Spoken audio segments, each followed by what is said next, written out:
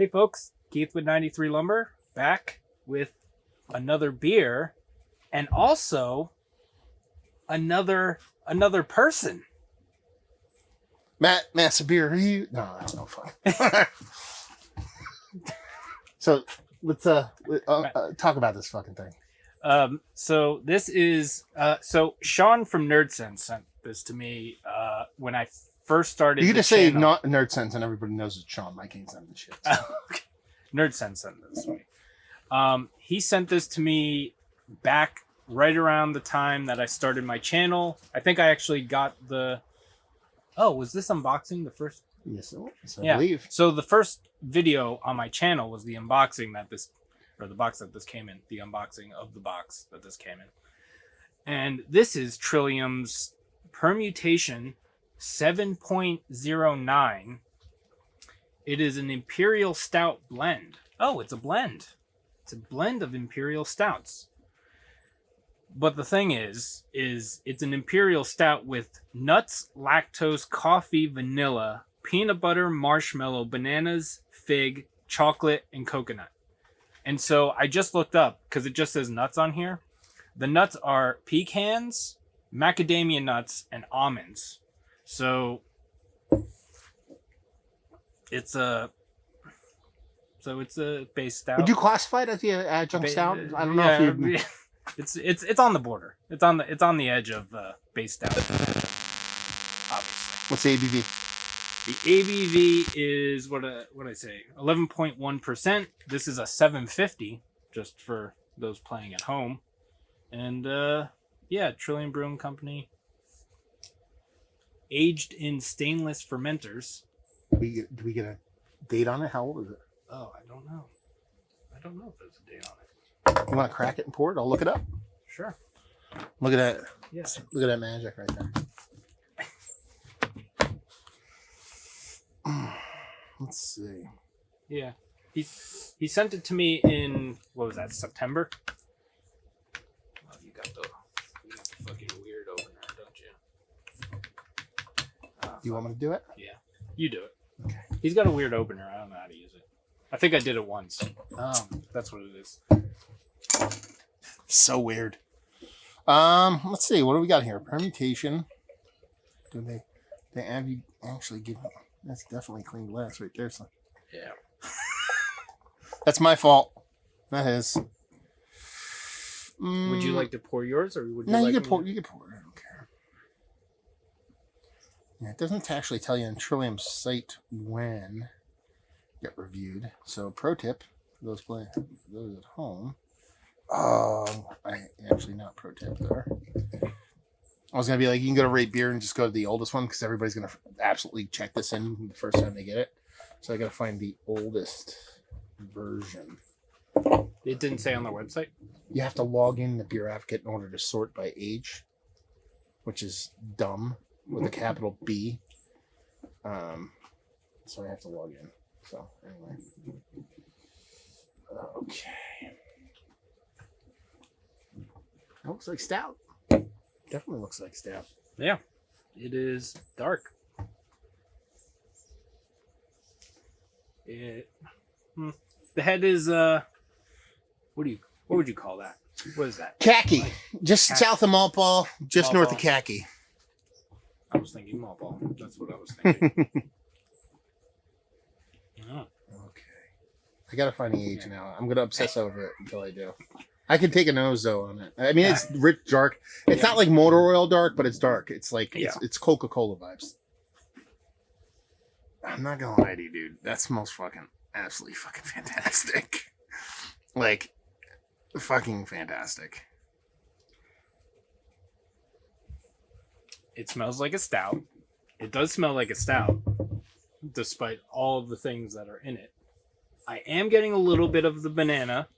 I am getting a little bit of the peanut butter. I'm not gonna lie to you, dude. It has kind of barrel-aged vibes to me. You know what I mean? Almost like it has a bit of like like it hit a barrel. I know it hasn't, but that's probably the combination of all the adjuncts in it, from the nuts to everything, the vanilla, all that stuff is kind of giving me a little bit of those vibes. I get the banana. I'm also getting a generic nut thing. Yes. There's only 3 ratings on this beer. That's kind of crazy. So I have the oldest one of this being September 7th and next day, September 8th. So I'm assuming this came out in September. When did you get that beer now? The end of September. Yeah, so he probably just picked it up and was like, I'm going to send it to Keith. It smells really good because even the peanut butter is not like over the top. Even the banana, it's almost like and this is the cool part about these beers when you age them, and they age pretty well, is that everything in there, from the nuts to that kind of peanut butter to the vanilla to the kind of all the bits and pieces of the beer, they all smell like one thing. It's not like it's like banana and peanut butter. It tastes like it's like a mixture of everything blended together as one, as opposed to a distinct individual kind of notes. I'm getting a very heavy marshmallow thing. And for me, lactose comes off as marshmallow too. So I think that might be why it's so big.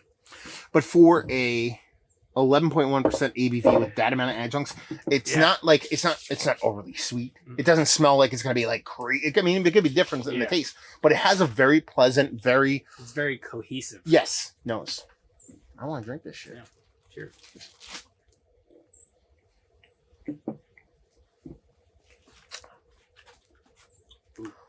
That's delicious. I think it's delicious. There's a little metallic thing. Yeah. And a big metallic thing. Yeah. It started off small and then it got a little bigger. Yeah. And there is oxidation in it, but if you get beyond that, it's pretty damn tasty. The initial knee-jerk thing is, fun pastry stout. Yeah. The thing that's lingering for me is the peanut butter. It kind of tastes like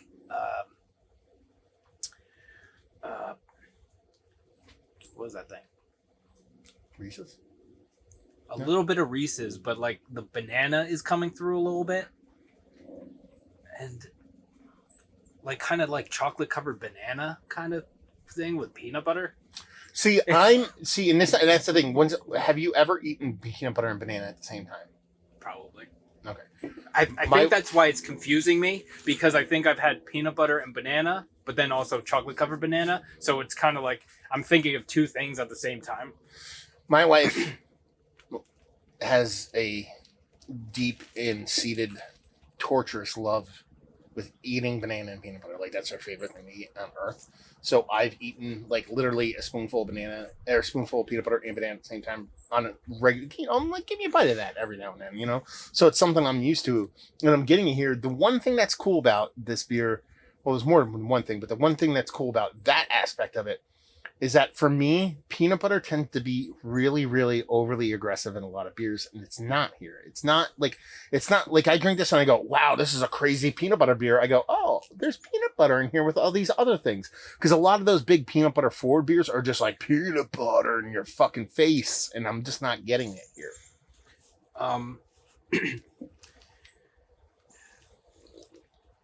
That metallic oxidation taste, it's coming off like that, but it also kind of tastes like they left like the shells on the nuts. Okay. And it's just coming off like dry, like I know what you're saying. You're licking the outside of a walnut or whatever. Like, it kind of comes off like that too. So I don't know. The word he's looking for is husk. Yes.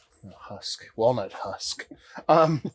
See, that metallic thing that I'm super duper sensitive to, but it's definitely in this beer, hit me like really hard, like about 1 to 2 seconds after I took the initial sip. But each subsequent sip, it's less and less, to the point where like the last sip I took, I really barely registered it. So it was a hard up front, but now it's pretty much gone for me. I think the metallic thing is a thing, but I think that oxidation taste might be the nuts.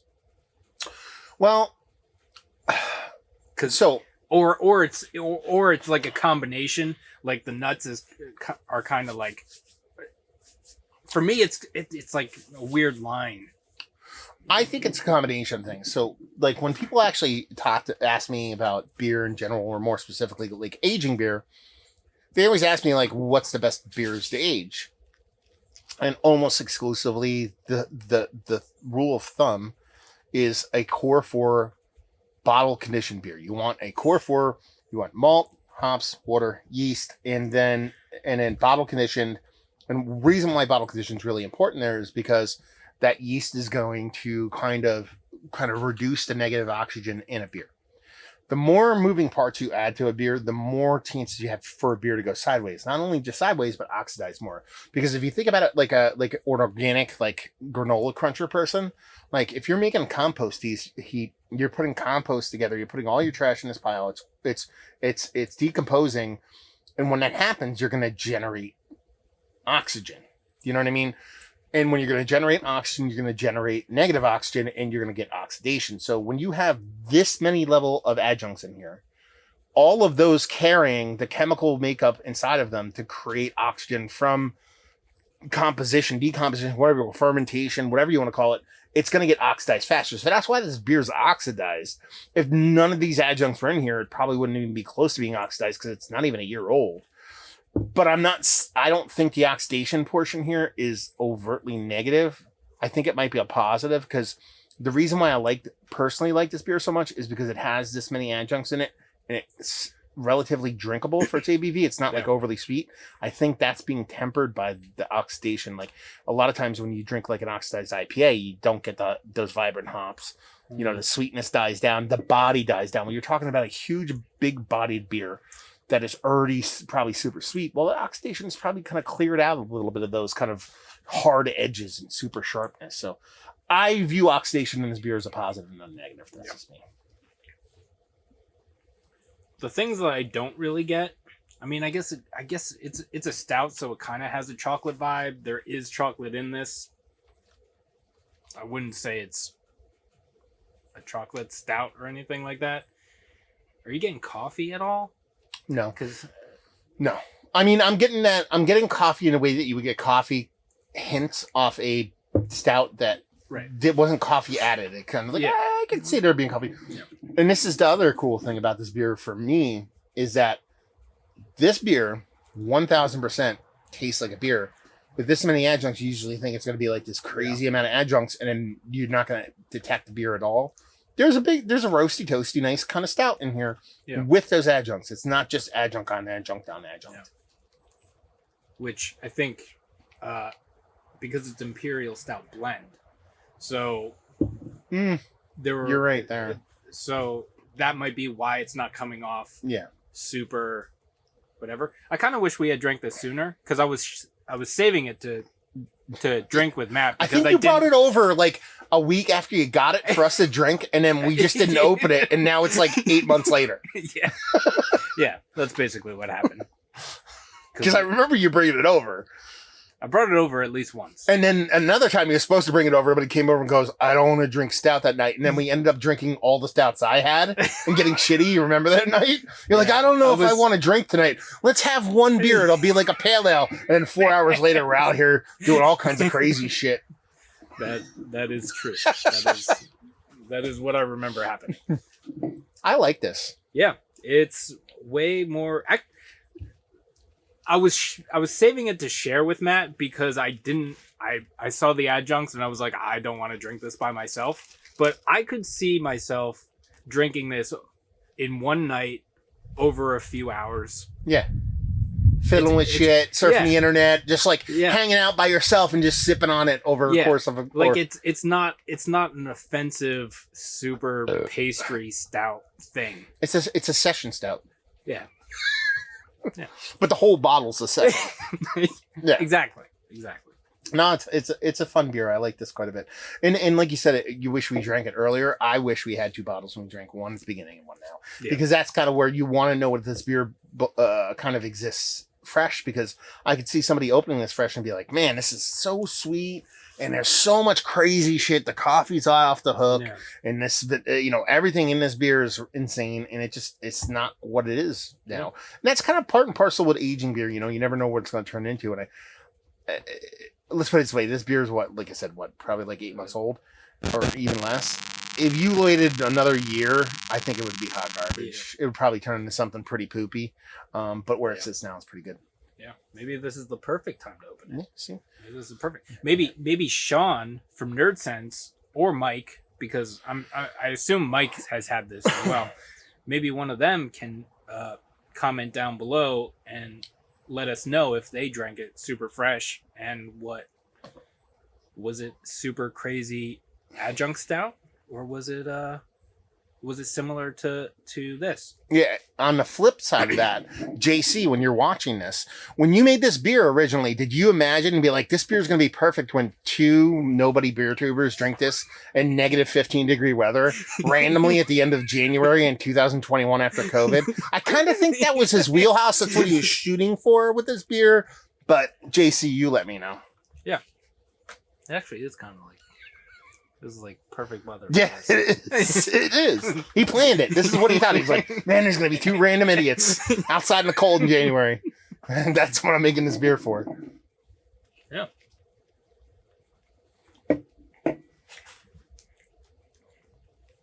So, yeah. Do you have any more comments? No, I think it's tasty and delicious. Let's put it this way. If you have this bottle, open it. Don't wait. Yeah. Or, conversely, to piss everybody else off, if you see this video and it's like 4 months later, don't buy this. If someone's trying to be like, I'm going to trade you for this, don't do it. Don't do it. January, February, March 2021 is peak on this. Or if you have more than 1 bottle of this, send us one so we can age it for 9 years and see what happens. Yes. Send us one and then drink one. And then if you have more than 2, you can age it and see what happens. Science. It's called science. Yeah. There you go. Yeah. I forget my end of video thing. I'm out of my comfort zone right now. So, I'm not going to go through the whole thing, but I hope everyone is staying safe. Where can people... Matt just started a BeerTube channel I did. 7 years ago. Yeah. So I'm going to expand on what Keith is saying. So you motherfuckers can't lift your fucking mask over your fucking nose. Or you can't hang out and have dinner with a fucking rando. Me and Keith are sitting outside in negative 15-degree weather drinking beer. Now, does that make us assholes and crazy? Sure. But it also makes you an asshole and crazy for not wear your fucking mask and be a human, man. We're outside. Sure, we got a heater, but it's like, you see that shit? No. Wear your shit. You can find me Massive Beers. Actually, you know what? Do this. Go in Google and type in a YouTube beer review, and I'll probably be the first thing to pop up. How about that? There's a little bit of sauce thrown at you. Oh, fun fact. I think I Googled like a beer, and like one of your videos was the first thing to pop up. I was like, this is not what I need. Big time. It was like something like that. Anyway, you can find him at, as he said, Massive Beers. You can find me on YouTube. Spell it out. If you're watching this. Spell it out. Exactly. Yeah. As Matt said. Hashtag fuck those digits, yo. On YouTube and on Instagram. You can like this video if you would like to. You can subscribe to the channel if you have not already. And do you know that like you can link your Instagram and Untapped and all that shit in the top corner of your YouTube channel? Like there's links that people can click on. I did know that, but I didn't. At the same time, I forgot. Actually, I did know about that, but I forgot. So I should probably do that for this video. So anyway, I hope you are all staying safe and stuff, and we will see you in the next one. Cheers. Cheers.